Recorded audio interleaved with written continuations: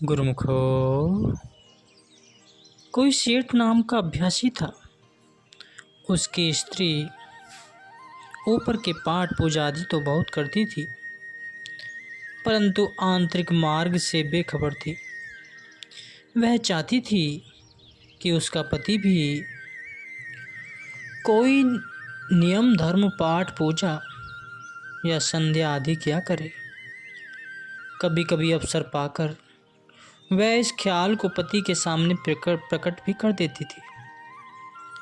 वह उसकी बातों को सुन तो लेता, परंतु कोई खास उत्तर नहीं देता था। एक दिन स्त्री ने अपने मन में यह प्रण किया कि जब वह अपने पति के मुख से भगवान का नाम अपने कानों से सुन पाएगी तो उस खुशी में वह साधु सेवा के लिए एक भंडारा करेगी। उस दिन से वह उसकी ताक में रहने लगी कि कभी नहाते धोते खाते पीते सोते या जागते किसी समय पर भी वह पति के मुख से भगवान के नाम का उच्चारण सुने, परंतु उसे सफलता नहीं हुई। एक बार रात के समय सेठ सो रहा था और स्त्री जाग रही थी। जो ही सेठ ने करवट बदली, स्वाभाविक उसके मुख से राम नाम का शब्द निकला। यह सुनकर वह बहुत प्रसन्न हुई। मन में निश्चय कर लिया कि प्रातः काल होते ही साधु महात्माओं को निमंत्रण भेजूंगी। जब दिन चढ़ा, सेठ भी पलंग से उठे, स्नान करके भोजन पाया और नित्य के स्वभाव अनुसार दुकान पर चले गए। पीछे स्त्री ने क्या किया, हलवाई को घर बुलाया और भांति भांति प्रकार की मिठाइयाँ और पकवान तैयार कराकर गरीब अतिथि भाग्यगत और साधु महात्माओं को बांटना आरंभ कर दिया। यह चर्चा सारे शहर में चल निकली। सेठ ने भी सुना कि आज उसके घर में भंडारा है। सायंकाल को दुकान बंद की और घर पहुंचकर जब भोजन आदि से निवृत्त हो चुके तो मुस्कुराते हुए बड़े धैर्य के साथ स्त्री ने पूछा, सुना है आज तूने भंडारा किया है? यह कैसा भंडारा था? वह झिझक कर बोली, पतिदेव, जब से मैं आपके घर में आई हूँ, आपके मुख से भगवान का नाम मैंने कभी नहीं सुना था। मेरी यह इच्छा थी कि जिस दिन मैं आपके मुख से राम नाम का शब्द सुन लूँगी, उस दिन साधु सेवा में कुछ अन्न दान करूँगी। सो आज वह इच्छा पूर्ण हुई है। रात को जब आप सो रहे थे तो करवट लेते समय आपके मुख से राम नाम का शब्द निकला था। उसी खुशी में यह भंडारा किया गया है। सेठ बोला, क्या सचमुच नाम निकला है? वह बोली, मैंने अपने कानों से सुना है। उसने कहा, अच्छा, जब नाम बाहर निकल गया तो नाम के बिना यह शरीर किस काम का? अब तो इसका त्याग देना ही उत्तम है। कमरे में जाकर दरवाजा अंदर से बंद कर लिया और ध्यान में स्थित होकर 5 भौतिक चोले का त्याग कर भगवान के चरणों में जा पहुंचा। तो गुरुमुख हो, मलुकदास जी कहते हैं, सुमरन ऐसा कीजिए दूजा लखे न खोए, होठ न फरकत देखिए प्रेम राखे कोय।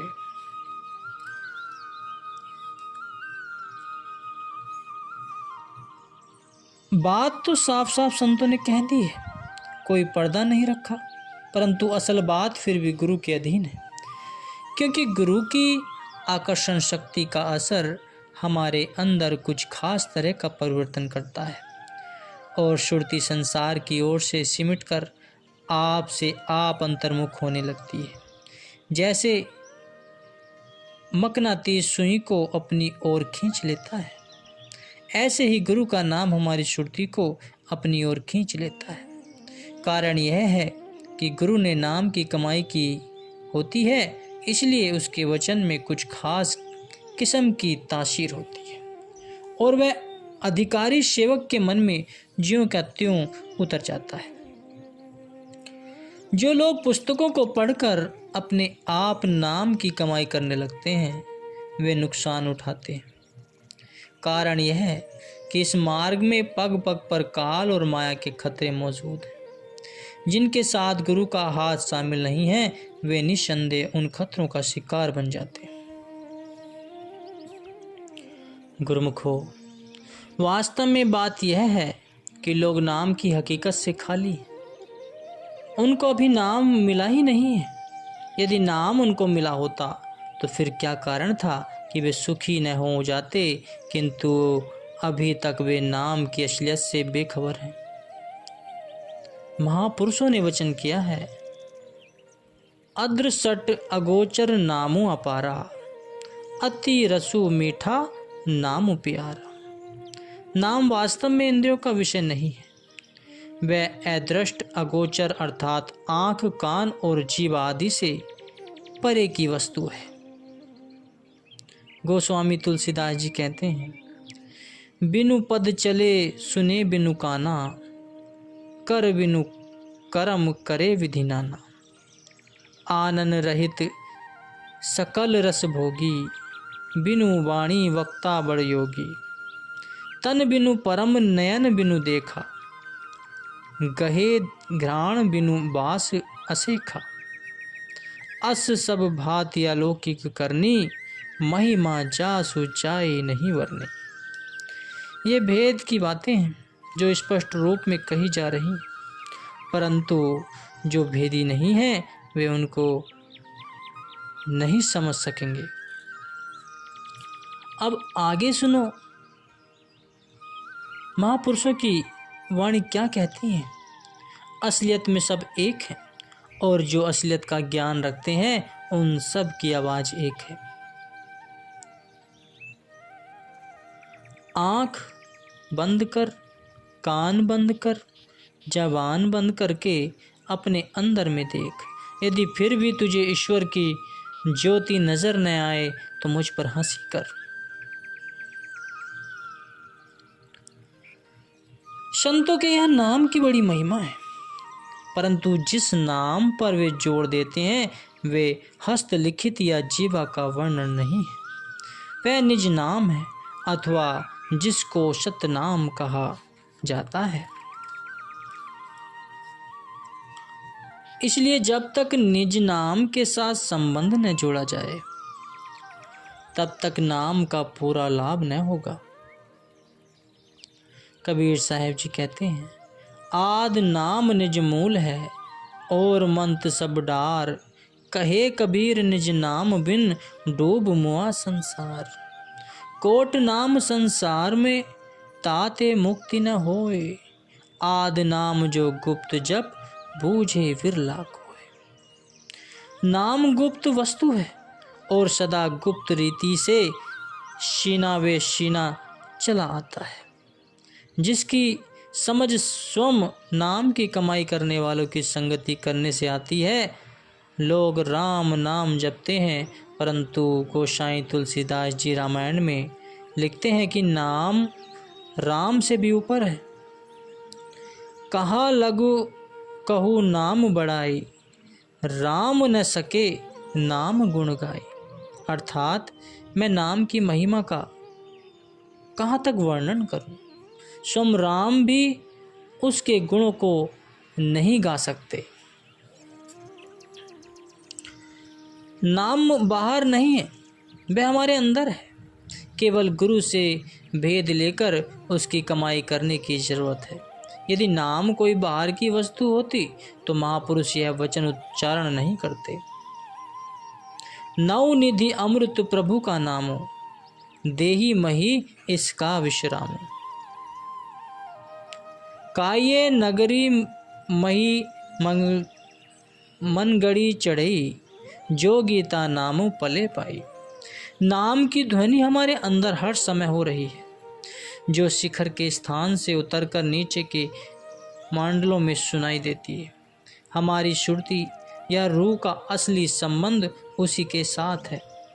जब गुरु से इसका भेद मिल जाता है तब श्रुति उसके उससे मिलाप करती है, जैसे मकड़ी तार का आश्रय लेकर ऊपर चढ़ जाती है, ऐसे ही सुरती नाम की डोर को पकड़कर नाम के भंडारे में जा पहुंचती है। संसारियों के मार्ग प्रवृत्ति के हैं, उनका रुख बहिर्मुख है और उनको मन की वृत्तियां विखरती हैं, परंतु यह अंतर्मुख मार्ग कहलाता है। इसकी थोड़ी या बहुत जितनी भी कमाई की जाए, रूह को शांति मिलती है। यह रूहानी रास्ता है। इससे मन की बागडोर को अंदर की तरफ मोड़ना होता है और मन की वृत्तियों को एकाग्र करके अंतर्मुख उल्टाना होता है। इसलिए इसको उल्टा मार्ग भी कहते हैं। उल्टा जाप जपा जग जाना, बाल्मीकि भय ब्रह्म समाना। यह अजपा साधन है और नाम सब जपने पड़ते हैं, परंतु इसमें जीवा, तालु या होठ आदि किसी भी अंग को हिलाने की आवश्यकता नहीं होती। यह आप से ही आप है। इसकी कमाई से सुरती को एकाग्रता और एकरूपता की ताकत मिलती है और गुरु के बताए हुए निशाने को दृष्टि गोचर रखकर अभ्यासी सहज ही तरक्की की तरफ कदम उठाता जाता है, क्योंकि यह निशाने का तीर है जो अभ्यास की सहायता से एक दिन अपने निशाने पर लगता है। जो तीर यूं ही फेंका जाता है, उसका परिणाम विश्वासदायक नहीं होता। यही कारण है कि मनुष्य नाम जपते जपते हार जाता है और हाथ पल्ले कुछ भी नहीं आता। गुरुमुख, सदगुरु की शरण ले, क्योंकि यह रास्ता बिना सदगुरु की सहायता के बहुत ही आपत्तियों और कष्टों से भरा हुआ है।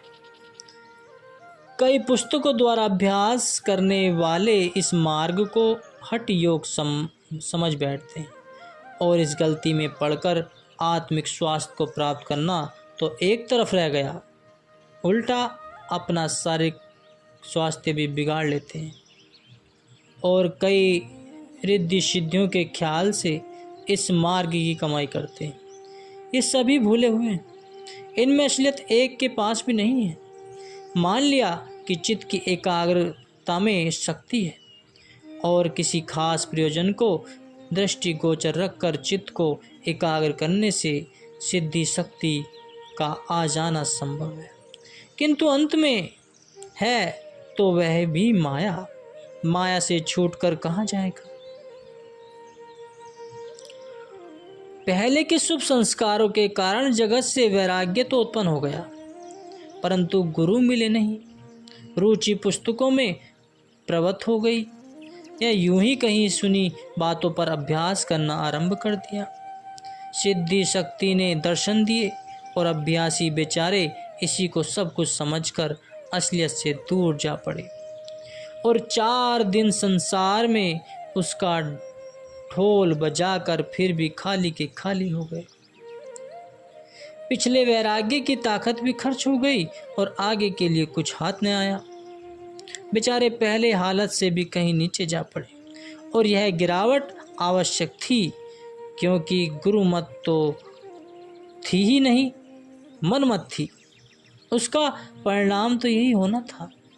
इसलिए संत कहते हैं कि जिसको अपने कल्याण की इच्छा है वह गुरु की शरण में जाए, क्योंकि परमार्थ का प्राप्त होना बिना गुरु के संभव नहीं है।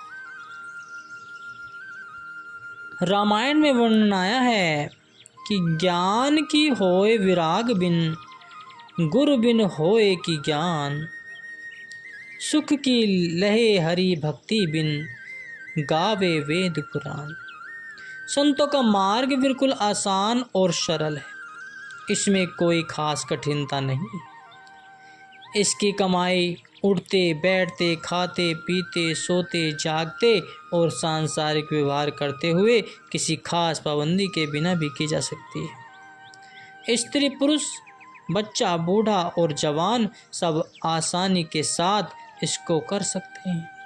केवल एक शर्त है कि गुरु पूरे की शरण प्राप्त हो। जो लोग बिना संत सदगुरु की सहायता के नाम में लगते हैं वे धोखा खाते हैं। उनकी मेहनत बेकार जाती।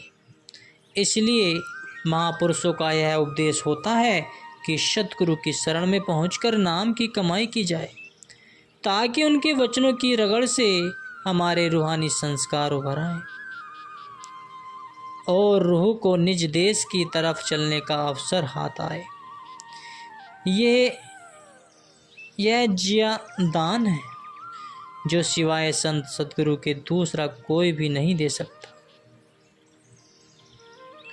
गुरुवाणी में वर्णन आया है, हम घरी नाम खजाना सदा, भक्ति भरे भंडार, सतगुरु दाता जीव का, सद जीवे देवनहार।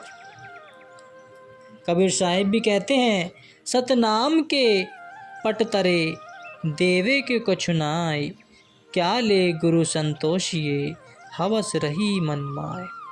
संसार का चक्कर हर समय जारी है, इसकी हालतें सदा बदलती रहती हैं। इस तब्दीली के कानून के अधीन जब कलयुग के अंदर लोग पारमार्थिक बल बुद्धि से हीन हो जाते हैं, सबकी वृत्ति वही मूर्खी बन जाती है, तो अंतर्मुखी साधन की ओर ध्यान नहीं रहता, तो शुभ गुण नष्ट होकर अवगुणों की प्रबलता छा जाती और किसी कर्म धर्म की पेश नहीं चलती। तब सच्चे गुरु संसार में प्रकट होकर जीवों को नाम का दान देते हैं। प्राचीन काल में जितने भी महापुरुष हो गुजरे हैं, सबके अंतर्गत इसी नाम का सिलसिला चला आया है, और जो उनकी वाणियों को ध्यानपूर्वक देखने से पता चलता है। हर एक महापुरुष की वाणी के अंदर इसके इशारे पाए जाते हैं। इसकी उत्पत्ति किसी खास समय या युग से संबंध नहीं रखती, और न ही किसी ऋषि मुनि अवतार ने इसको रचा है। यह कुदरती वस्तु है जो कभी पुरानी और कभी मैली नहीं होती। गुरुमुखो।